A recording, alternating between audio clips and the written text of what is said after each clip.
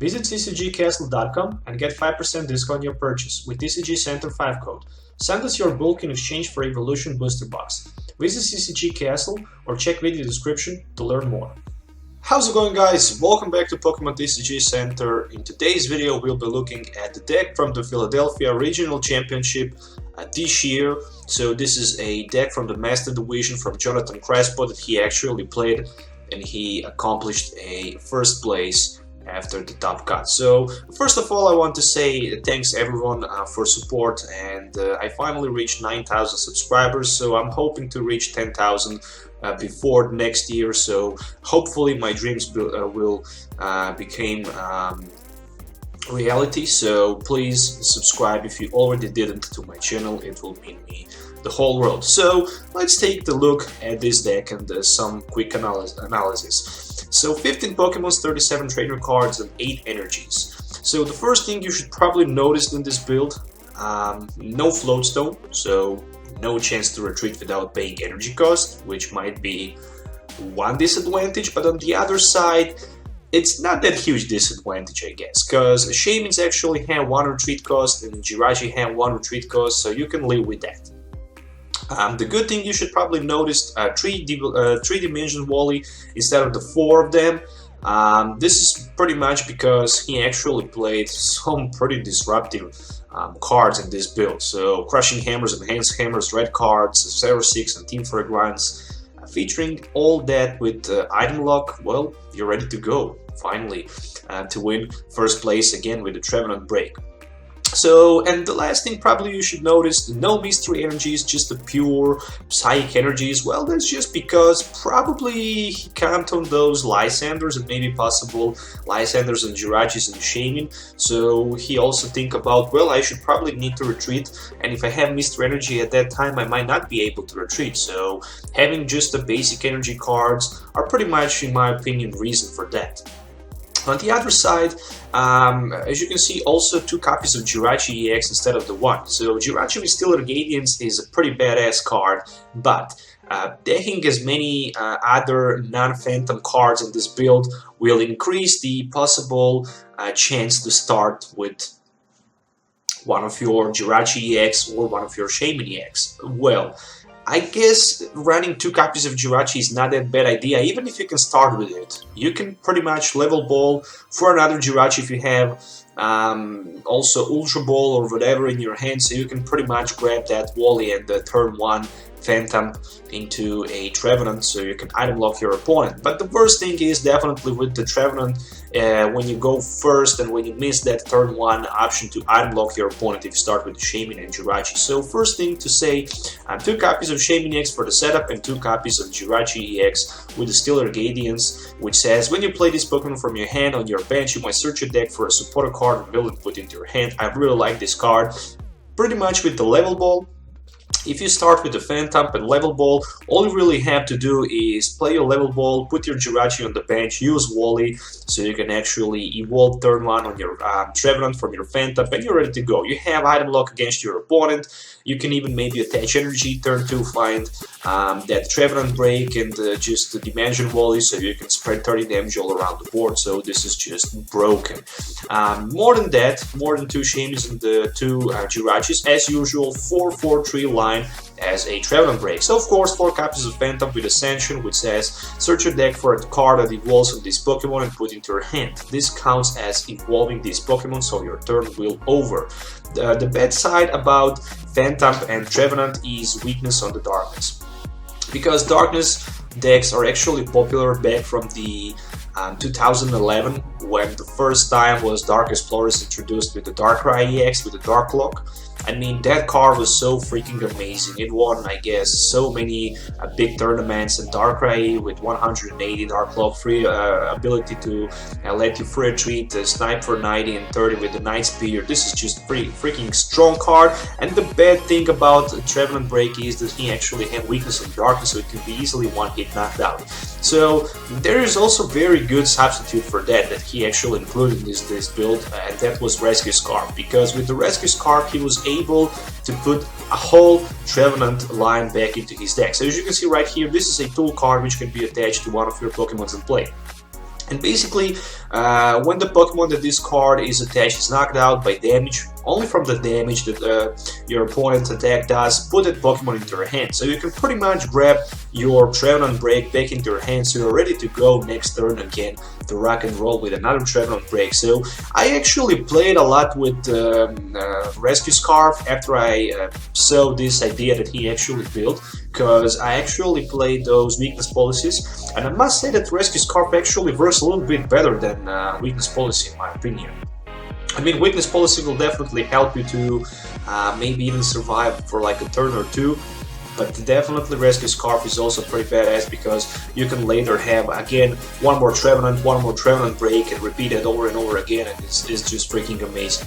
And of course, yeah, pretty much 4 Trevenants with Forest Cursed with ability which says that as long as this Pokemon is your active Pokemon, your opponent can play item cards. The bad side about this is when your opponent play Lysandre, when you're non-Trevenant or Trevenant Break, he can have the turn of the supporter cards, and of course, in case he supporter cards, item cards, whatever he wants, and in case he play Hexmaniac, he can shut down that ability and play item cards, but pretty much without abilities, then they're not going to be able to set up with Hoopas, Jirachis, or Shaymin-EX, so that's the definitely downside about Hexmaniac. And of course, that Tree Slam attack is pretty popular and pretty strong. Also, if you need to strike for more than 3 damage with the Tree Slam, and with that Silent Fear on the Trevenant Break, you can just easily go with the Tree Slam and strike for 60 and 20 to 2 of your opponent's basic Pokemon. That all depends on how many Pokemon your opponent will have in play. And with Dimension Wall in play, you can go for 2 energies, one Psychic and another Psychic for 60, which is just amazing. And of course, finally, we are going to say that this build also includes 3 Trevenant breaks with the Silent Fear. So with Dimension Wall in play and just a single Psychic energy, you can go for 3 damage counters on each of your opponent Pokemons in play. So you're putting 3 damage counters, so there is no freaking way about Crystal Ray and Glaceon or whatever effect of your opponent Pokemon in play. You're putting damage counters and you can do that. There is no other effect that can actually stop Trevenant Break, Silent Fear. Instead of that, I guess Giratina that will be released later, but also it can easily be shut down, so it's not a big deal, I guess. And of course, right now we are moving to the item cards. His choice for the ace pack was Computer Search, which is, in my opinion, pretty normal and rational explanation. To be honest, even with so many disruptive cards in this build, Dowsing Machine seems like a good idea. Also, Dowsing Machine might be a good idea, but of course you want to hit that very important turn 1 Wally. Well, yes, that's for sure, but even late game, sometimes you don't need Computer Search, and sometimes Dowsing Machine can help you more than Computer Search. So definitely Computer Search is for the best start you can get, but Dowsing Machine for late game can actually give you another Enhanced Hammer and the Xerosic, so you can get rid of 2 Double Dragon energies from Giratina-EX, for example, or Crushing Hammer, Xerosic, or whatever you need from your disco pile, which can also be very, very strong. And of course, 4 copies of Crushing Hammer. Well, I played Trevenant Break with 4-2 Crushing Hammer and Enhanced Hammer, and I must say that it works just pretty amazing. It's just badass. It's just badass. I mean, flipping a coin, discarding energies from your opponent Pokemons in play is just way too strong, featuring that item lock. That's for sure. That's just way too strong in my opinion. Crushing Hammer is the way to go.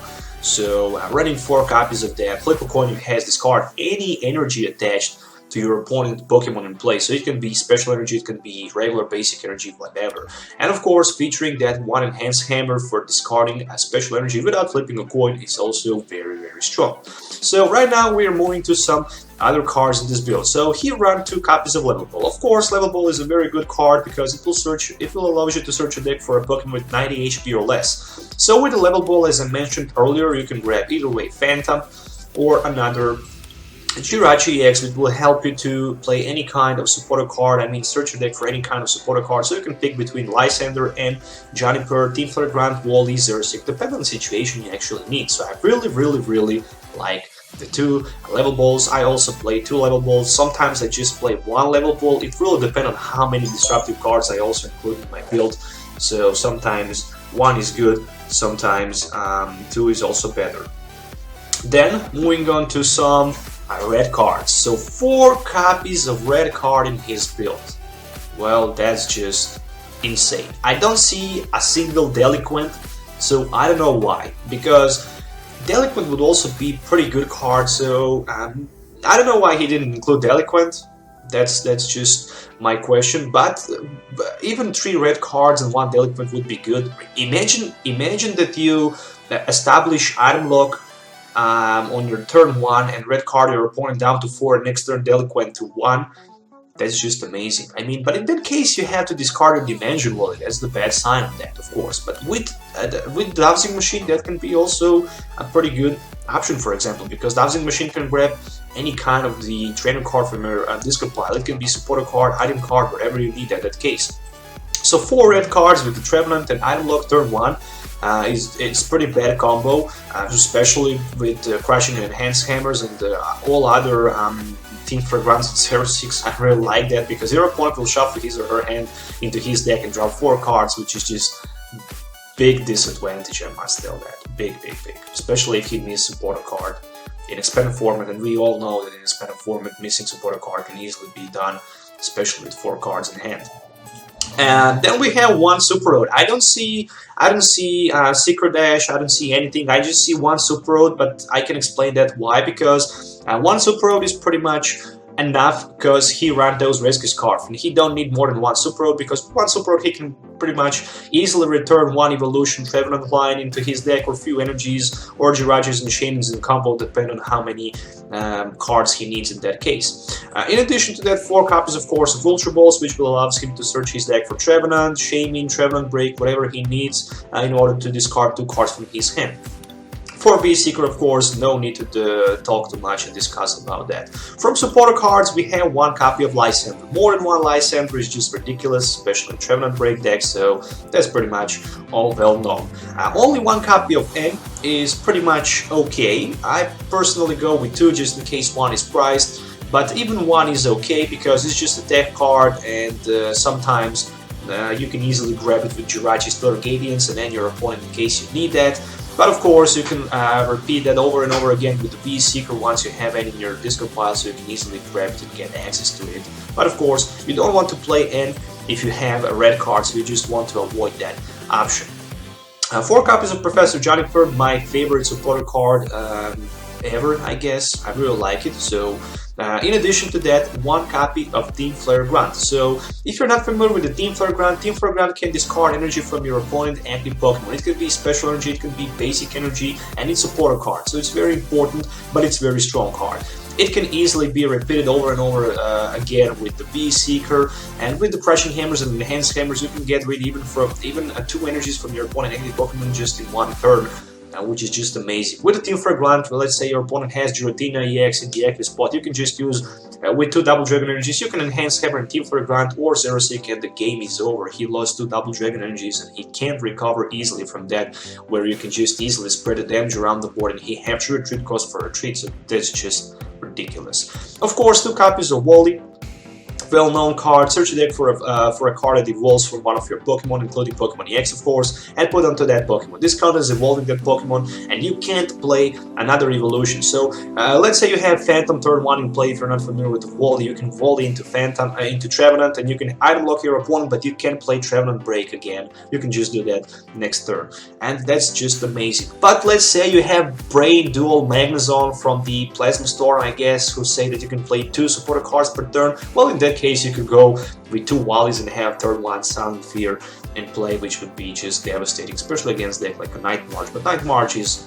pretty much over because Karen has been reprinted, and those decks like a Night March, Vesper Queen, Flareon will not be that popular anymore because of the Karen. And of course, 1 copy of Xerosic, which will be the last supporter card in this build. So Xerosic can actually get rid of 1 tool or special energy attached to a Pokemon in play. So I really like that because you can remove tool pretty much easily with it. But of course, there's no way that your opponent will be able to play tools. That's the first thing.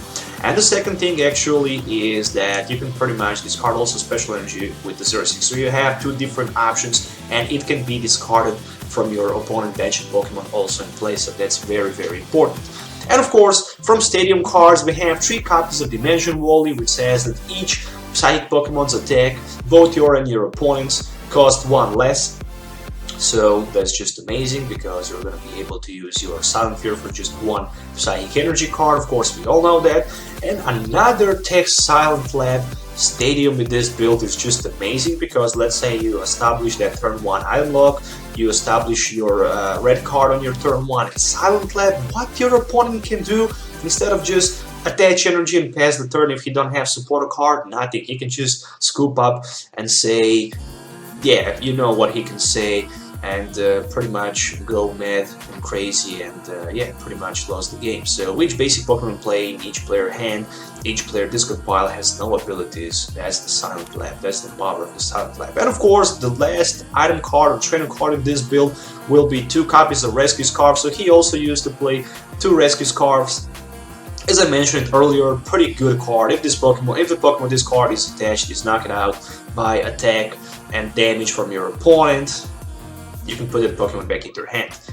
If you get knocked out from the poison, that will not count as damage, so you're gonna be knocked out and Rescue Scarf will not work. But if you get knocked out just from the attack, that will just allow you to put your Trevenant Break back into your hand. And of course, 8 basic Psychic Energies, so he can use them on his Trevenants and Trevenant Breaks or Jirachis and Shaymins to retreat and attack and pretty much win Philadelphia Regional Championship. So that was pretty much, guys, it. That was my deck review and deck analysis for this Trevenant Break. There is no need to play with it because we all know how bad Trevenant Break is, especially online in TCGO.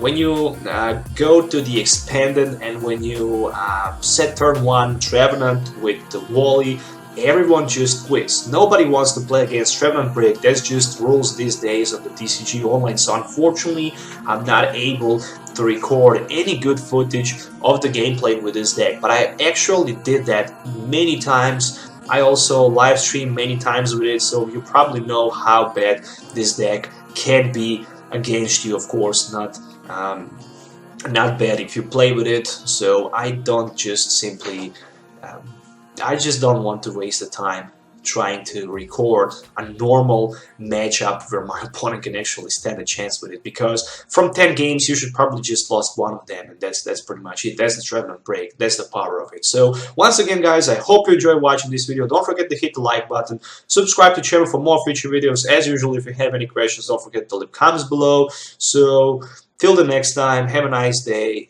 and goodbye wherever you are. So see you next time.